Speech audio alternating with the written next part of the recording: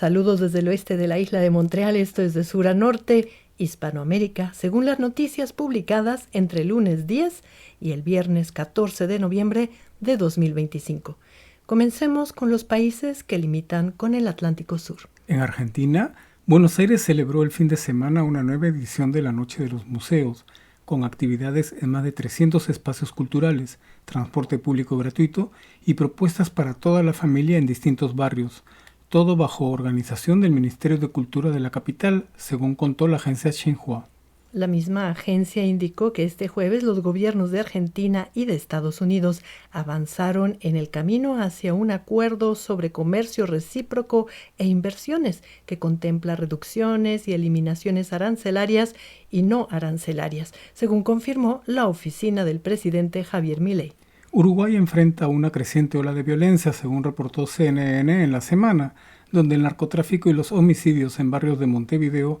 han encendido las alarmas en este país considerado la democracia más estable de Sudamérica. Ahora subamos por los países mediterráneos, donde en Bolivia el centroderechista Rodrigo Paz asumió la presidencia del país altiplánico este domingo y Deutsche Welle resaltó que en su gabinete ministerial no están representados los sectores indígenas y populares que fueron protagonistas en los últimos 20 años de gobiernos socialistas. Prensa Latina destacó que el nuevo presidente boliviano, Rodrigo Paz, anunció que su país eliminará el requisito de visado para ciudadanos estadounidenses como parte de una política destinada a impulsar el intercambio comercial y las inversiones. Finalmente, la agencia Xinhua informó que el gobierno de Bolivia está analizando una rebaja arancelaria para los insumos farmacéuticos con el fin de reducir el precio de los medicamentos, según anunció la ministra de Salud, Marcela Flores, en la televisión local. Ahora recorramos la costa del Pacífico. En Chile tuvo lugar la cuarta edición de Experiencia E, una feria de movilidad eléctrica que cuenta con una gran participación de tecnologías chinas, según comentó la agencia Xinhua. La misma agencia indicó que el presidente de Chile, Gabriel Boric, planteó activar una nueva etapa de acercamiento con Bolivia y avanzar en la puesta en marcha del Consejo Empresarial Binacional, un espacio político y técnico concebido para relanzar el comercio, facilitar inversiones y articular cadenas de valor a través de la frontera entre ambos países. CNN, France 24 y Deutsche Welle resaltaron que este domingo 16 tendrán lugar las elecciones generales en Chile y el combate al crimen organizado, el fortalecimiento de la economía y la reducción de la inmigración irregular centralizaron los temas de debate. CNN explicó que el voto es obligatorio por primera vez en estas elecciones presidenciales chilenas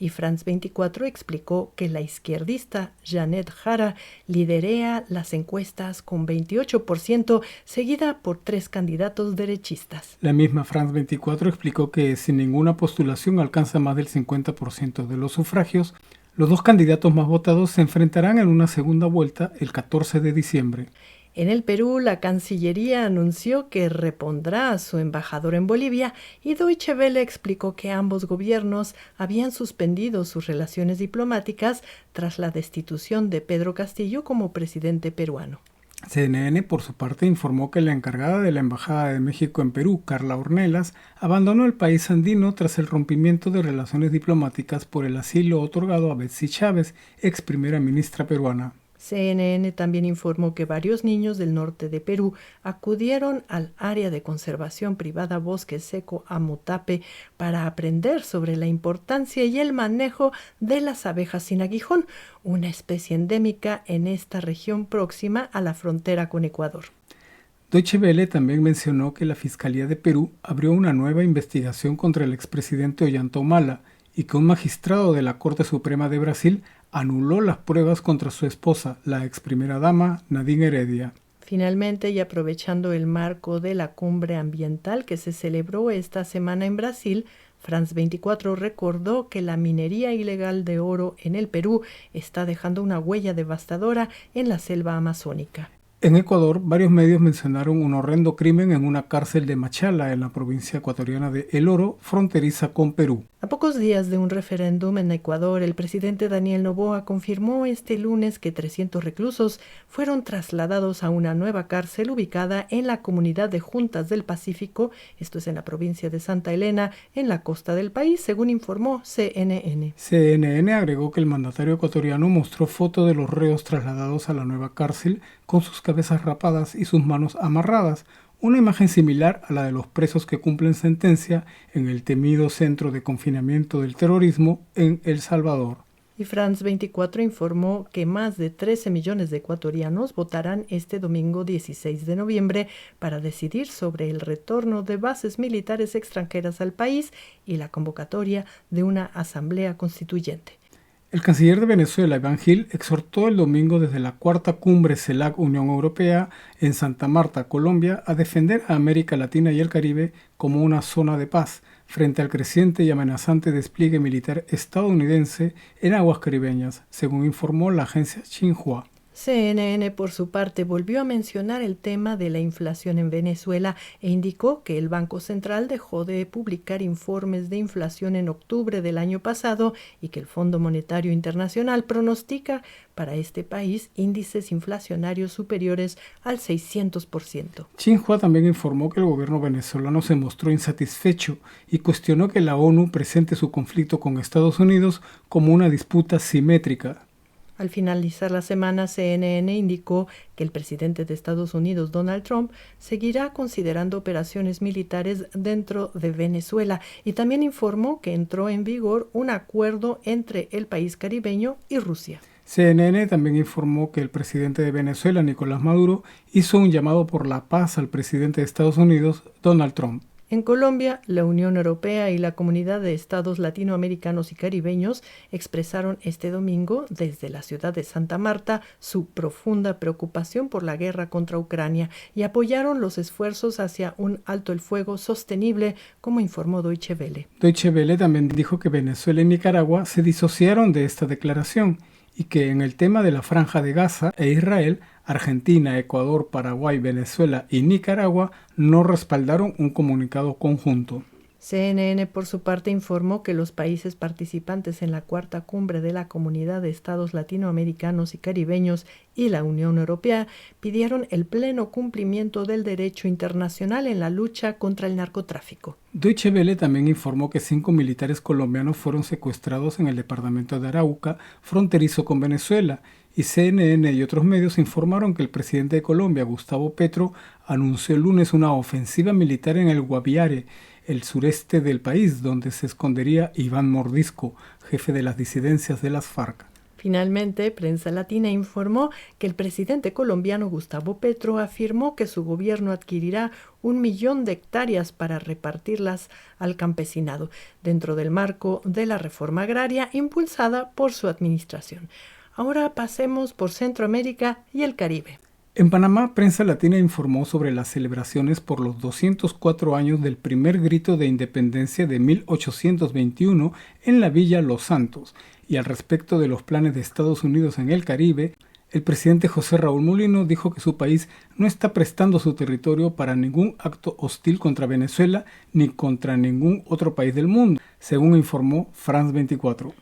Prensa Latina también informó sobre las críticas que recibió una reciente modificación en las reglas para elecciones generales en Panamá que, según el medio, afectará a los candidatos independientes. En República Dominicana, la Dirección General de Migración detuvo a 1.203 haitianos en condición migratoria irregular y deportó a otros 1.085 durante operativos realizados en varias provincias, según informó Prensa Latina. En El Salvador, el 36% de su Producto Interno Bruto se encuentra en riesgo a causa del cambio climático, según indicó Prensa Latina citando a medios locales. France 24, por su parte, citó una denuncia de la organización defensora de derechos humanos Human Rights Watch, donde afirma que los ciudadanos venezolanos que el gobierno de Donald Trump envió a El Salvador entre marzo y abril de este año fueron torturados y sometidos a diversos abusos. Y Prensa Latina informó que millones de salvadoreños podrán acceder hoy a medicamentos gratis con la puesta en marcha del sistema de telemedicina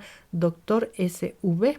una aplicación para dispositivos móviles que combinará la consulta médica con la inteligencia artificial. En Guatemala, el presidente Bernardo Arévalo destacó la oficialización esta semana de una ley para el combate frontal de los grupos delictivos u organizaciones criminales transnacionales y terroristas, denominados maras o pandillas, según informó Prensa Latina. Y llegamos al norte. En México, el gobierno anunció el domingo un plan integral para combatir la violencia en el estado de Michoacán, luego del asesinato del alcalde de la ciudad de Uruapan, Carlos Manzo, el pasado 1 de noviembre, según informaron medios como Xinhua y CNN. CNN especificó que en la zona agrícola se destinarán 860 militares para proteger la producción de aguacate y 820 para la de limón, dos de las principales actividades económicas afectadas por la extorsión. CNN también mostró imágenes de cientos de jóvenes pertenecientes a la generación Z que marcharon en la Ciudad de México en rechazo a la violencia que se vive en el país. Prensa Latina, por su parte, indicó que fuerzas de seguridad mexicanas capturaron en Tabasco a 20 miembros de un grupo delictivo, entre ellos Jorge Armando, alias El Toto, líder de esta célula, así como a 4 policías municipales. CNN también habló de la Ley Pay de Limón, denominada así por la historia de un perro maltratado por el crimen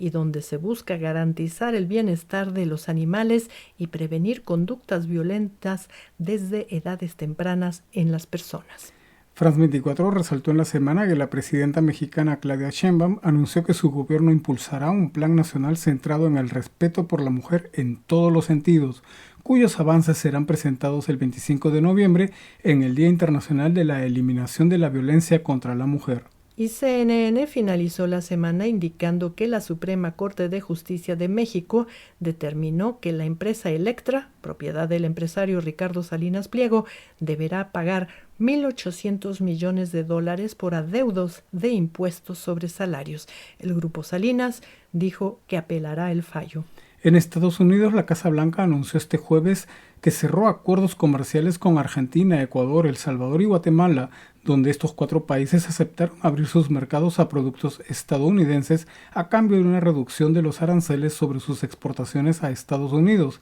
entre ellas las agrícolas, según informó Deutsche Welle. Y el jueves, en Las Vegas, se celebró una edición más de los Grammys Latinos y Bad Bunny fue uno de los ganadores con su álbum Debí tirar más fotos, así como Alejandro Sanz por su grabación Palmeras en el jardín. Karol G se llevó el Grammy a la canción del año por su canción Si antes te hubiera conocido. En Canadá, este jueves, Montreal estrenó a su primera alcaldesa latina, la trilingüe Soraya Martínez Ferrada, quien es de origen chileno, y medios como La Gazette mencionaron que en octubre de 2026 habrá elecciones generales en Quebec y Pablo Rodríguez, de origen argentino, será uno de los candidatos al puesto de primer ministro de esta provincia bajo la bandera del Partido Liberal. Y finalizamos con el dato de la semana. Esta semana comenzó la 30ª conferencia de las partes de la Convención Marco de las Naciones Unidas sobre el Cambio Climático,